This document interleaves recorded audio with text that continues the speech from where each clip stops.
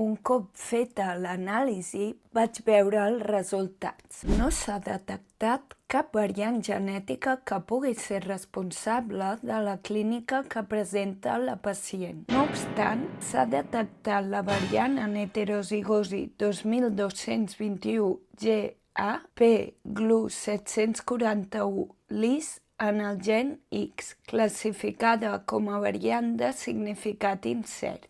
És a dir, en l'estudi genètic no s'havia detectat cap variant directament associada a la distonia, però sí que s'havia detectat un canvi. Posem una mica de context. Un gen és una unitat d'informació que determina com som. És com un mini quadern amb les instruccions per dissenyar-nos. Els humans tenim dues còpies de cada gen, una del pare i una de la mare, dos quaderns. Al meu estudi genètic es va trobar un canvi en heterozigosi, que vol dir que només afecta una de les dues còpies del gen, la del pare o la de la mare.